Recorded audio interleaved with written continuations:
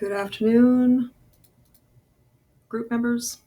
This is Lucinda, your group founder, owner of DTC Solutions. Decided I needed to put together a video because I just don't have time to write out documents. And I'm thinking that a video might be more useful for people anyway.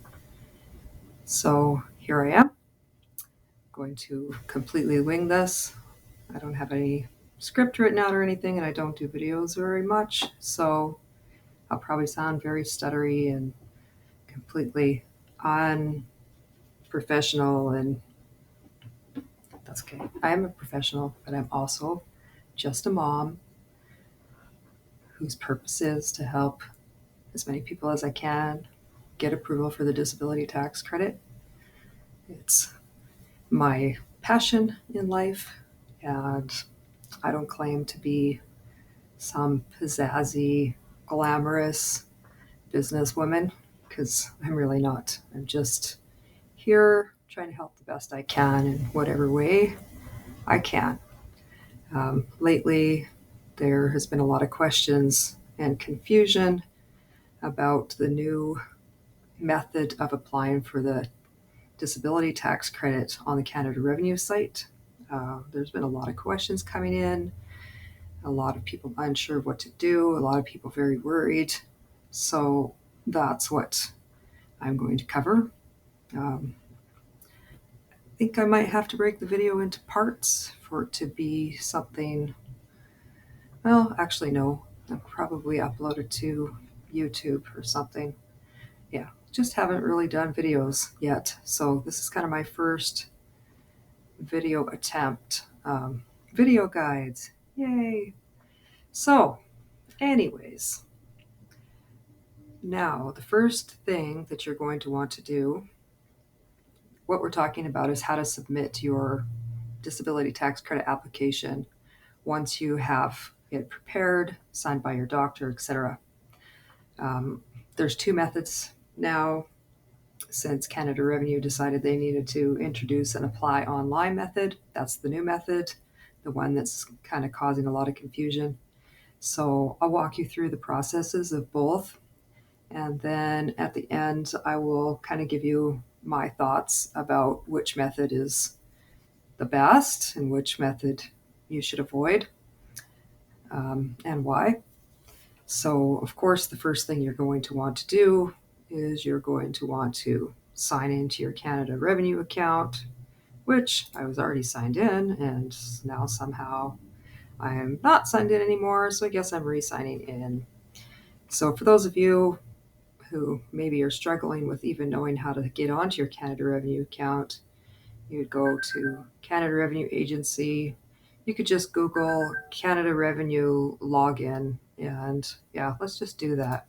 Then you can see Canada Revenue login. And then what's going to come up is this list here. So what you're going to want to do is you're going to go to My Account for Individuals, and then if you don't already have an account, this page will let you create one. If you do have an account, then you can sign in one of two ways. Oh, apparently you can sign in with three ways now. Haven't been on here in a while. Um, so you can use a sign-in partner, which is your bank, or you could use your Canada Revenue user ID and password. You can use a provincial partner. I guess that's through like what it says here, your Alberta account, BC services card, whatever. I just use sign-in partner. And yeah, so you'll probably see some personal information here. Not really. I'm signing in through Scotia. I'm going to get this two-factor authentication. Yeah, it's me trying to sign in. Sends me a notification on my phone. Now it's going to pop up. It's going to allow me to continue. Normally, it would ask me if I wanted, like, it would ask me for another code, and it would say, how do you want to verify this is you? I always use the send me a text message, but because I was just recently logged in, I was just going to bypass that now. So please try not to look at the numbers on my account. Like, I'm really, really putting my foot out here to show you in real time how this works, because I did have screenshots, but I just think a video is better. So I'm just going to try to get out of where anything personal is showing. Oh, except that I guess I need to go back here to make sure you saw what I just did. So, method number one, um, to submit your T2201 application is to use the Submit Documents option, which is down here.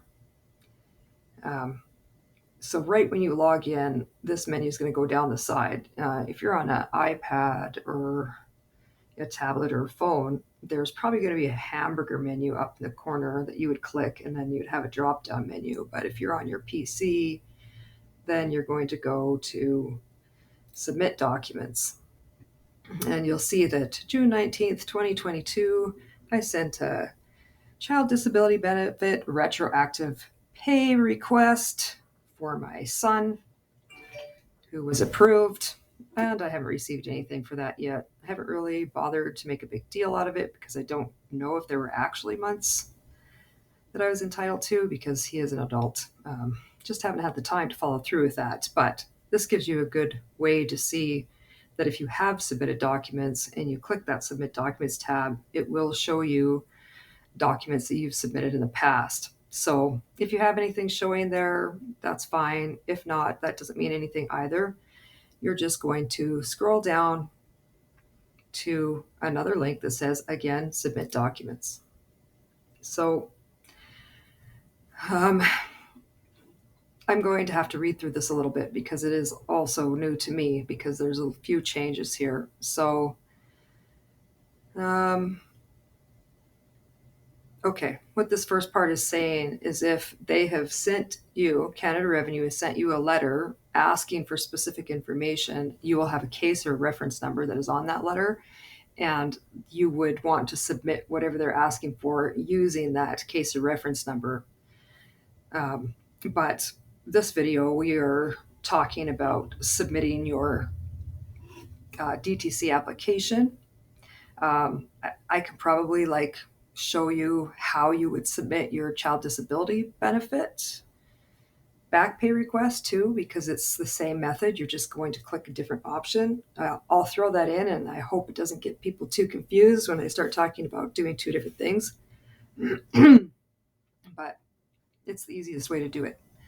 So anyways, when you're here, you're going to click Start, and then you're going to click No, where it asks you, do you have a case or reference number? You're going to click No, you do not have a case or reference number. And then you're going to come down and you're going to select your topic. Now, this is where you're going to go to get to submitting your T2201 form or submitting your child disability benefit back pay request. It's going to be the same place. It was both under benefits and credits. So let's see if it's still there. Yep. Yes, it is still there. So again, you would select benefits and credits. And then if you're submitting your child disability benefit back pay request, you would select the first one where it says send documents to support my child and family benefits. For this one, we are going to check select form T2201. The method is exactly the same. So once we work through these steps, those steps are applicable to if you're sending documents for your CDB back pay request. So you can use these instructions. So select that, then we're going to go next. And now it's going to bring you to where you can upload your file. Now, your application form does not have to be a PDF. If you don't have if your doctor fills it out by hand, like a handwritten version, and you don't have a scanner, you can't create a PDF out of it, or whatever's easiest, you can just take pictures of it and upload pictures. It is better to do it as a PDF where all the pages are in one file, but it doesn't have to be that way. The important thing is if you're attaching several files, to make sure that you actually attach all of them. And so we'll just grab a couple of fake files. I don't have a form to submit, so I can only get to a certain point with these instructions. So we're going to click attachments. We're going to browse. You're going to see contents of my computer. Let's go to, let's just go to like an image file or something. Just grab something random. I don't know, something random, not anything actual. Yeah, let's just grab this, just ADD. Hopefully it's not too big of a file size. I don't think it is.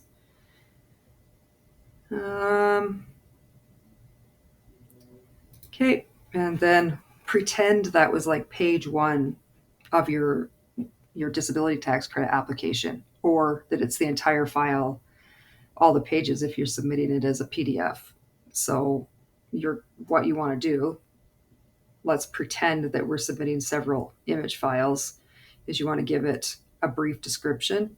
Now, people often think that this brief description for this box is supposed to explain that they're applying for the disability tax credit and give some information about the challenges the patient faces, but it's not that. It's literally give the file itself a title. So what you would want to do is put T2201 application form page 1 or something like that. Then you're going to upload the file. Now, if you have only the one file, like a PDF with all the pages, then you're good to go and click next. But if you're submitting individual pictures, then of course you'd need to go back here again, and you'd need to browse back in there again. You'd need to grab another file. Then you want to go page 2. Then you're going to go upload. And so now you see that you have 2 files attached.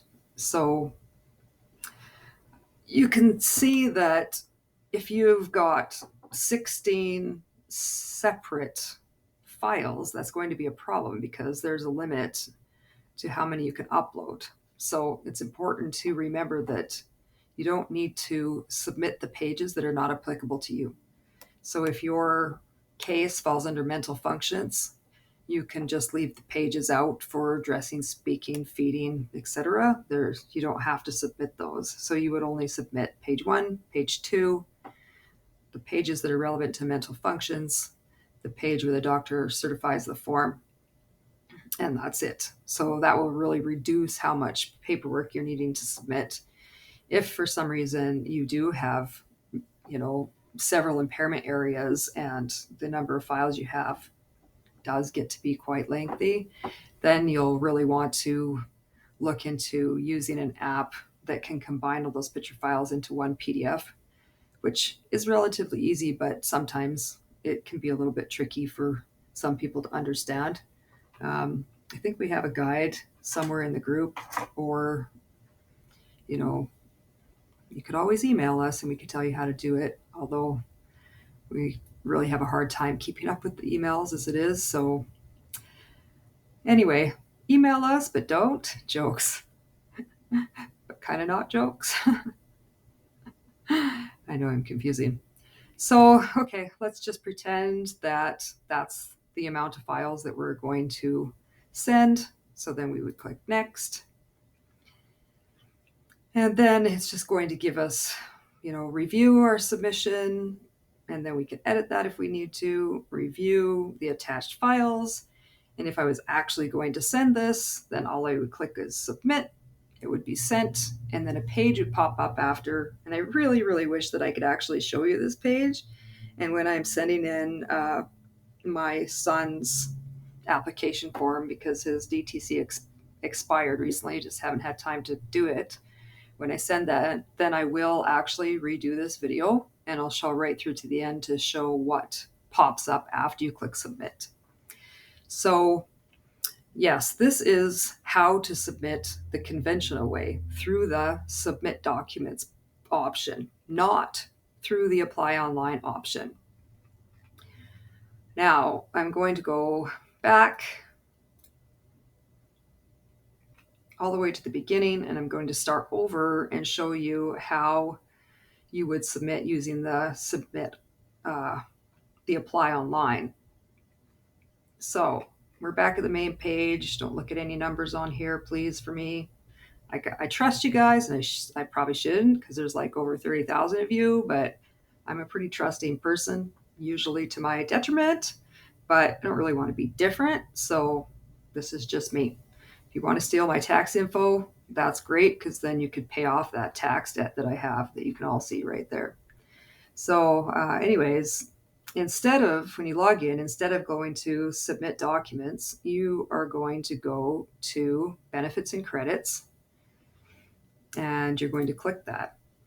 And then you're going to go scroll down until you get to disability tax credit. And it's going to show you anybody that you already have on your account. Once upon a time, this information showed our dependents' first and last name, the years they were approved, whether they're entitled to the DTC or not. And now, as you can see, all we get to see is the first name and the year they were born, which is really crappy. And I feel is a complete smokescreen.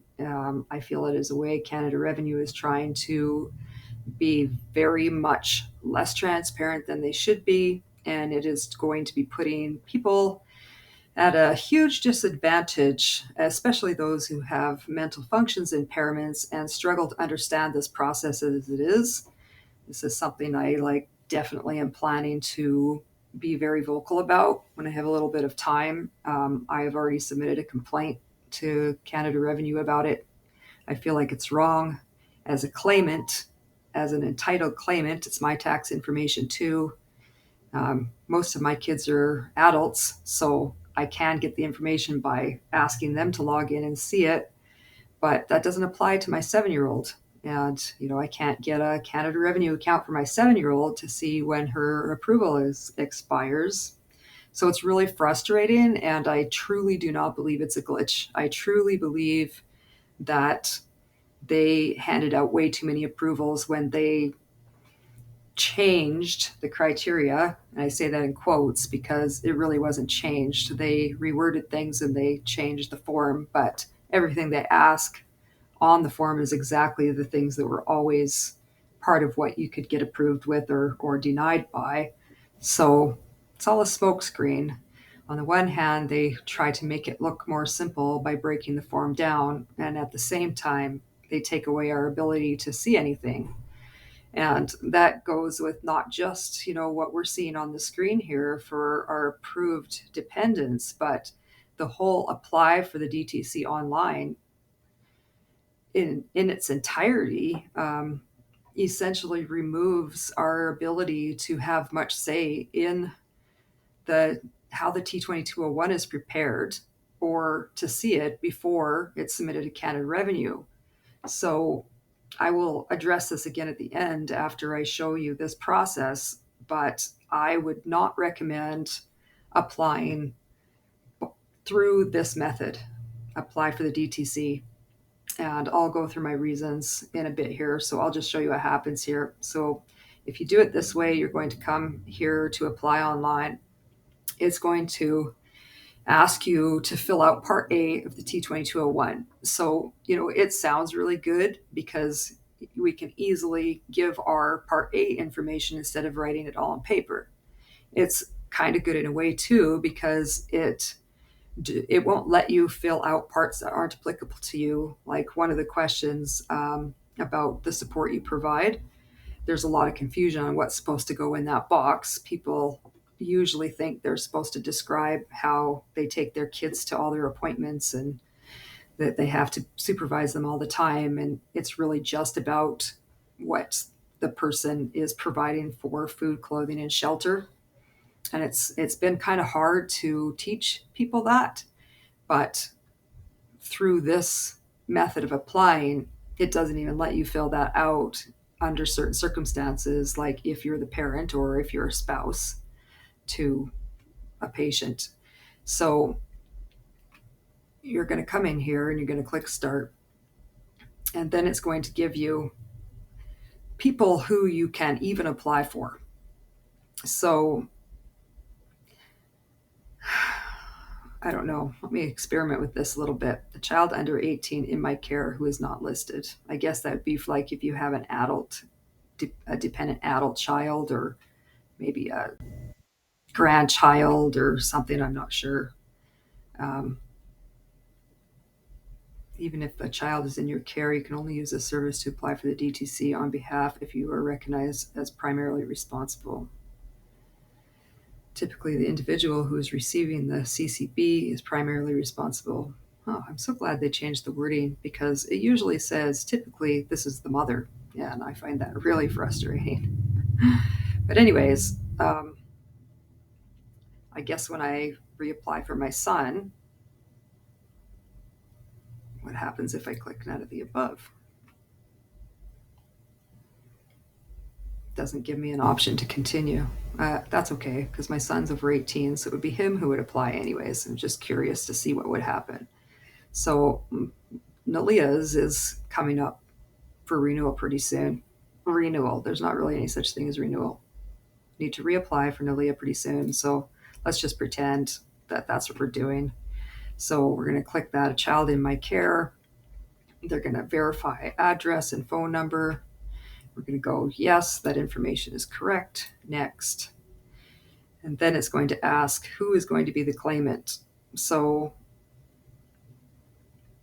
I would click, like if my husband was showing on here, I would click him. He's not showing on here since we just were only recently married. You could click a supporting family member if it's not you and enter that in. So, you know, I don't know his social insurance number. We're going to go parent. Yes, he lives with her. Or we could have selected me. I could be the claimant. Probably would do me more good than him, but yeah. So that's how you do it if you want to add in supporting family member or change it to yourself. Then it's going to ask the same question it does on the forms. Would you like CRA to adjust your tax returns? Yes. Relationship to the person, parent. Yes, she lives with me. Next. Then that information that you just entered is going to show there. And then you'll notice it's not going to ask me anything about the support that I provide, because she lives with me and she's my child. So then the next question is, in order to process your application, you must authorize the following. The information is correct. I authorize medical practitioners to complete Part B of the form. The CRA can adjust my tax returns. I'm scared to click submit.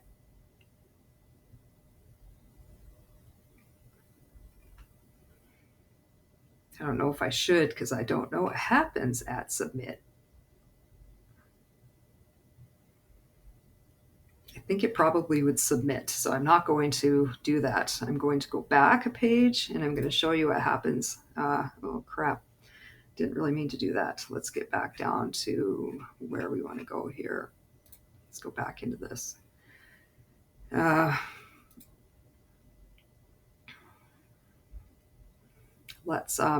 just show you what happens if you enter in a claimant that's not a person who lives with somebody. So let's say it's me. I'm applying. The above information is correct. Yes.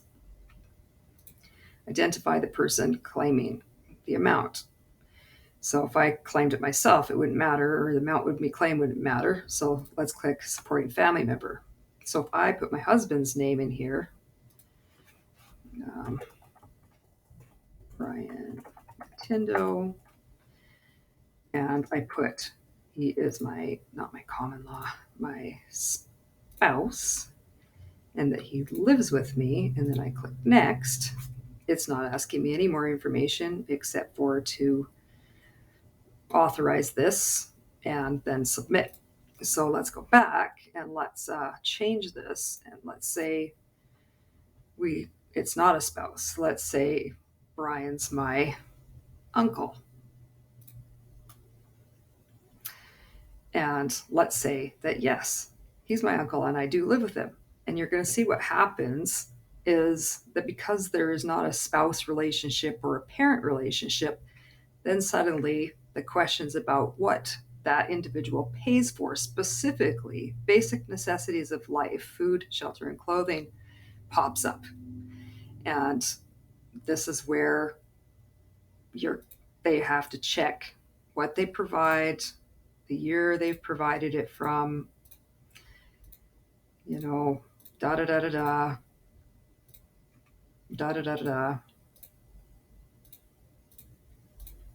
And then they need to say how often claimant provides basic necessities daily, as is the patient's financial support person, because, or actually, this is like from the perspective of me, right? Claim provides basic necessities daily as he is my financial support person, as I have no income to provide these things for myself. It doesn't have to say that exactly. It's just example. So then you would say he pays my shelter, which is,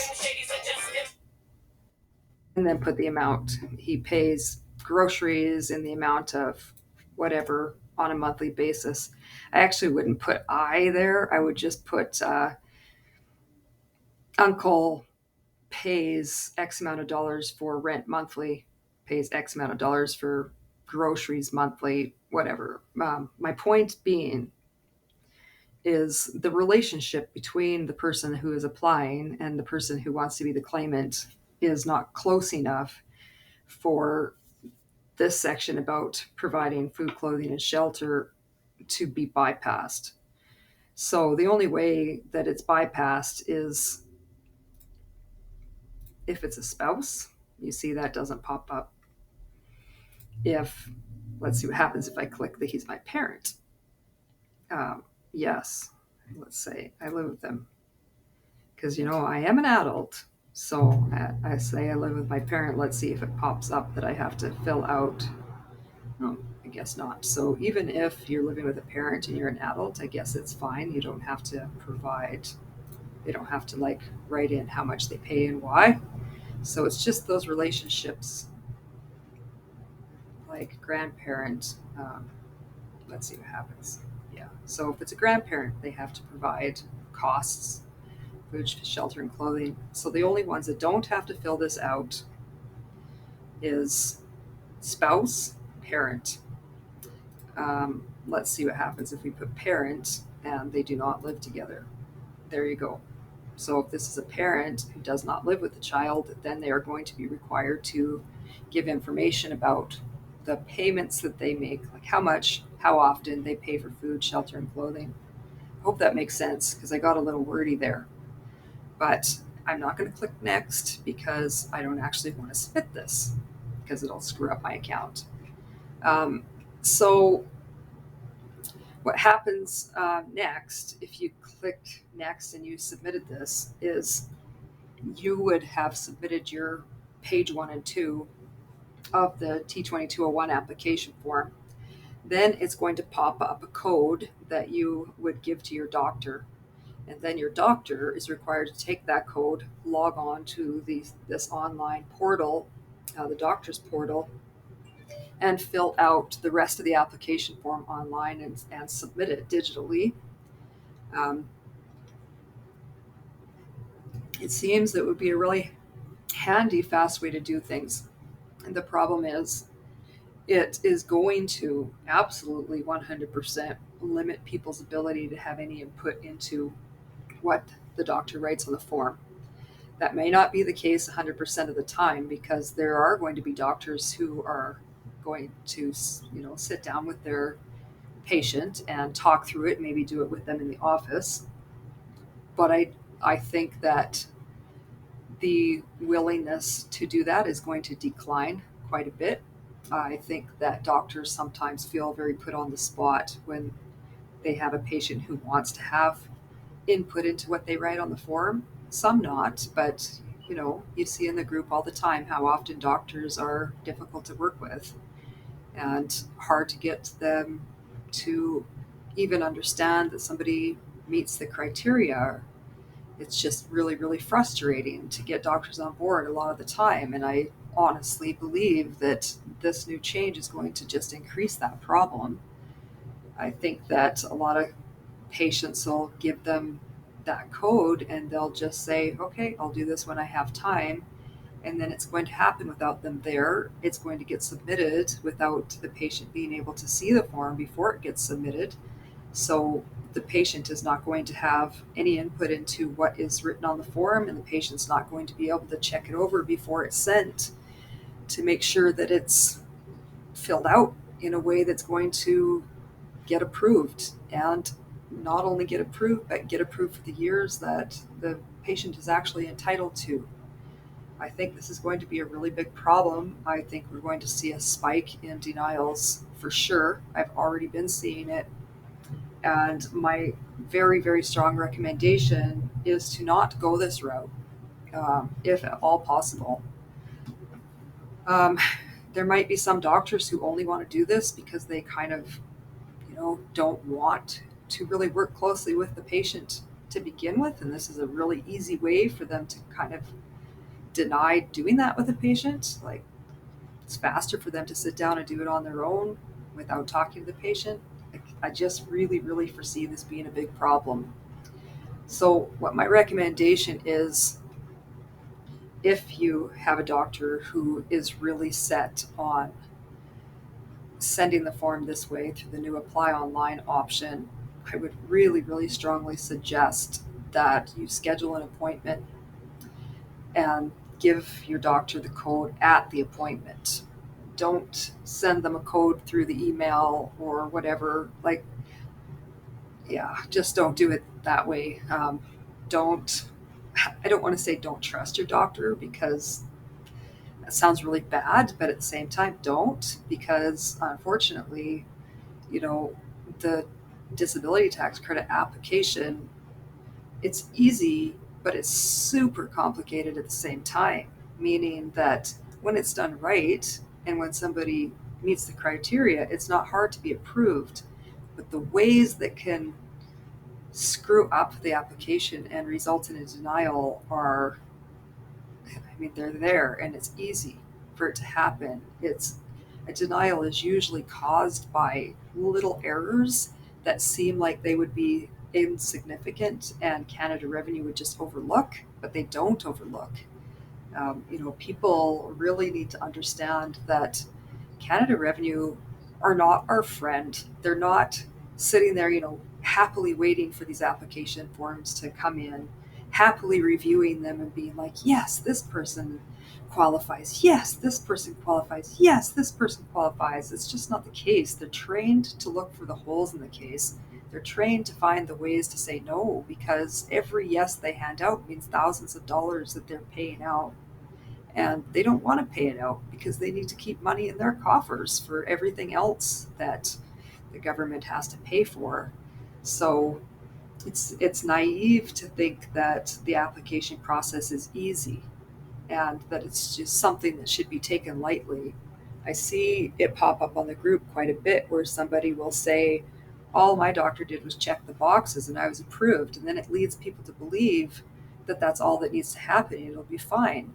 And yeah, sometimes a person's paperwork can just be all check boxes and it does get approved, but there's so many things to take into consideration for why that worked, such as the diagnosis, which the diagnosis does not determine whether something is approved or denied, but it does play a factor in how easily it's approved.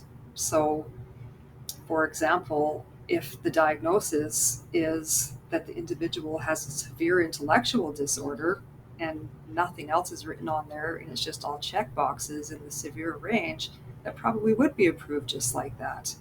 But if it's something that's a little bit more grayscale, like ADHD and attentive type, um, and there's nothing written in the small boxes for examples, that's going to be a lot more complicated to get approved just based on check boxes. So it is always, always, always best to have some examples in the small boxes to cover bases. It's better to have an airtight, error-free case than to be crossing your fingers hoping that everything works out. Um, which is why I think it's really imperative that patients have a voice in how their application is put together and have the ability to see the application before it's submitted. It's preferable to use the submit documents option rather than to the apply online, because you can take the paper form to your doctor and have your doctor fill it out that way, and then you have it. You can read over it. You can make sure everything is correct. You can send it to us for a form review if you have any concerns or if you just want to make sure that it's correct before you submit it. You have options there. You have a voice. Submitting it through the apply online and just turning it over to your doctor, you lose your voice. So that's my opinion. Like I said, if your doctor wants to insist on using the new apply online, schedule an appointment and be there in the office when he does it. Ask a lot of questions. Take a list of things that should be included on it. If you've worked with us and we've prepared the form for you, that's okay. You can take the form we've prepared and your doctor can go by what's written on the form and submit it that way through the apply online if that's what he wants to do. Just to make sure that you have a voice, because if you're a parent, you're the only one who's going to advocate for your child. Like, nobody else is going to stand up and fight for your child's rights. If you're an individual, unfortunately, nobody else is going to stand up and fight for your rights. Like, we will as much as we can. And we wish that we could go to every person's doctor's appointment with them and make this all work. We wish we had way more control in the outcome for people, but we don't. And so the bare bones facts of the matter are you have to be your strongest advocate. And it's hard sometimes with doctors because we sort of feel like they're like gods, or we worry that if we stand up for ourselves, they might get mad at us and then they won't provide the care that they're supposed to give us. But we really have to be assertive and proactive in getting the supports that we're entitled to for our kids or for ourselves as individuals. So I hope this video presentation helps. I will redo it when I have something to actually submit. I have 2 kids actually all my kids have expired. So I have a few. So I might experiment and do the online method, because my doctor knows that I do this and he knows all my kids, so he'll work with me however I want to work. So what I'll probably do is do one through the submit online or apply online option so I can actually go through all the steps, and then the other one I'll do just like submit documents so I can go through all the steps and show you the page that pops up after the confirmation page and the confirmation number and what you need to do from that point. But well, for now, that's it. I hope that's helpful. I hope that gives you some information and clears up some confusion. Of course, if you still have any questions, you can comment on the video. You can contact us at our email address, info@dtc-canada-solutions.com. You can message us on the Facebook page, please not through our private messaging on the Facebook page. We're happy to help however we can. Thanks, guys. Bye.